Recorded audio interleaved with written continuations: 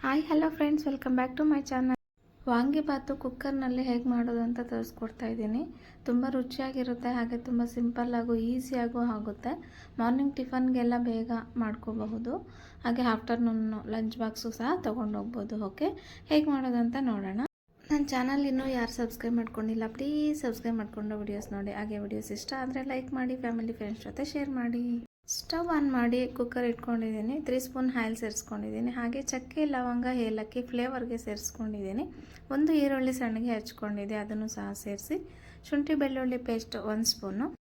2 tomato ಸಣ್ಣಗೆ ಹಚ್ಕೊಂಡಿದ್ದೆ, ಹುಳಿ tomato. So ಅದನ್ನು ಸಹ ಸೇರಿಸ್ಕೊತಾ ಇದ್ದೀನಿ. ಕೆಲವರು ಹುಣಸೆಹಣ್ಣು ಬಳಸ್ತಾರೆ, ಸೊ ಕುಕ್ಕರಲ್ಲಿ ಮಾಡೋದ್ರಿಂದ ಹುಣಸೆಹಣ್ಣು ಅಷ್ಟು ಟೇಸ್ಟ್ ಕೊಡಲ್ಲ. ಬದನೆಕಾಯಿ ಸಣ್ಣಗೆ ಹಚ್ಕೊಂಡಿದ್ದೆ, 1/4 kg ತೊಗೊಂಡಿದ್ದೆ ನಾನು ಮಾಡ್ತಾ ಇರೋಂಥ ಕ್ವಾಂಟಿಟಿ 4 ಇಲ್ಲ 5 ಜನ ಟಿಫನ್ ಮಾಡ್ಬೋದು. ರುಚಿಗೆ ತಕ್ಕಷ್ಟು ಉಪ್ಪನ್ನು ಸಹ ಸೇರಿಸ್ಕೊಂಡು ಒಂದು ರೌಂಡ್ ಮಿಕ್ಸ್ ಕೊಡಿ. 1 ಲೋಟ ಅಕ್ಕಿ ತೊಗೊಂಡಿದ್ದೀನಿ. ಸೊ ನಿಮ್ಮ ಮನೆಯಲ್ಲಿ ಜನ ಎಷ್ಟಿದ್ದಾರ ನೋಡಿಕೊಂಡು ತೊಗೊಳ್ಳಿ. ನಾನು ಮಾಡ್ತಾ ಇರೋವಂಥದ್ದು 4 ಜನ ಟಿಫನ್ ಮಾಡ್ಬೋದು. ಸೊ ಅದನ್ನು 10 ನಿಮಿಷ ನೀರಲ್ಲಿ ನೆನೆಸಿಟ್ಕೊಂಡಿದ್ದೀನಿ.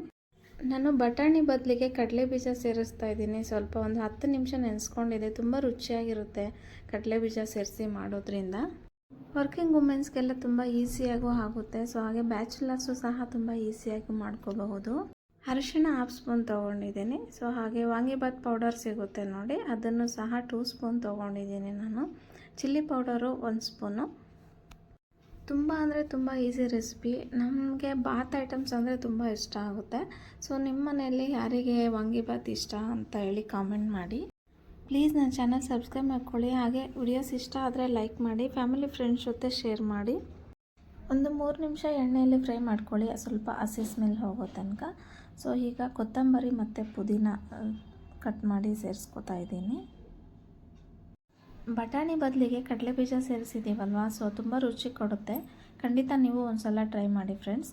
ಇದನ್ನು ಸಹ ಒಂದು ರೌಂಡು ಮಿಕ್ಸ್ ಕೊಟ್ಟು ಈಗ ಅಕ್ಕಿ ಸೇರಿಸ್ಕೊತಾ ಇದ್ದೀನಿ. ಅದನ್ನು 10 ನಿಮಿಷ ನೀರಲ್ಲಿ ನೆನೆಸ್ಕೊಂಡಿದ್ದೆ. ಸೊ ಅದನ್ನು ಸಹ ಒಂದು ರೌಂಡು ಮಿಕ್ಸ್ ಕೊಡಿ. 1 ಲೋಟ ರೈಸ್ಗೆ ನಾನು 2.5 ಲೋಟ ನೀರು ತೊಗೊಂಡಿದ್ದೀನಿ. ಸೊ ಈಗ ಲಿಡ್ ಕ್ಲೋಸ್ ಮಾಡಿ 1 ವಿಸಿಲ್ ಕೂಗಿಸ್ಕೊಳ್ಳೋಣ. ರುಚಿಕರವಾದಂತಹ ವಾಂಗಿಬಾತ್ ರೆಡಿಯಾಗಿದೆ. ನೋಡಿದ್ರಲ್ಲ ಫ್ರೆಂಡ್ಸ್, ಎಷ್ಟು ಬೇಗ ಎಷ್ಟು ಈಸಿಯಾಗಿ ಆಯಿತು ಅಂತ. ಖಂಡಿತ ನೀವು ಒಂದು ಸಲ ಟ್ರೈ ಮಾಡಿ. ಬಿಸಿ ಬಿಸಿ ವಾಂಗಿಬಾತ್ ರೆಡಿ. ನೋಡ್ತಾ ಇದ್ರಲ್ವ ಕುಕ್ಕರ್ನಲ್ಲಿ ಎಷ್ಟು ಈಸಿಯಾಗಿ ಮಾಡ್ಬೋದು ಅಂತ. ಪ್ಲೀಸ್ ನನ್ನ ಚಾನಲ್ ಯಾರು ಸಬ್ಸ್ಕ್ರೈಬ್ ಮಾಡ್ಕೊಂಡಿಲ್ಲ, ಸಬ್ಸ್ಕ್ರೈಬ್ ಮಾಡಿಕೊಂಡು ವಿಡಿಯೋಸ್ ನೋಡಿ. Thank you so much for watching video. Next ವಿಡಿಯೋದಲ್ಲಿ ಮತ್ತೆ ಸಿಗ್ತೀನಿ. ಬಾಯ್.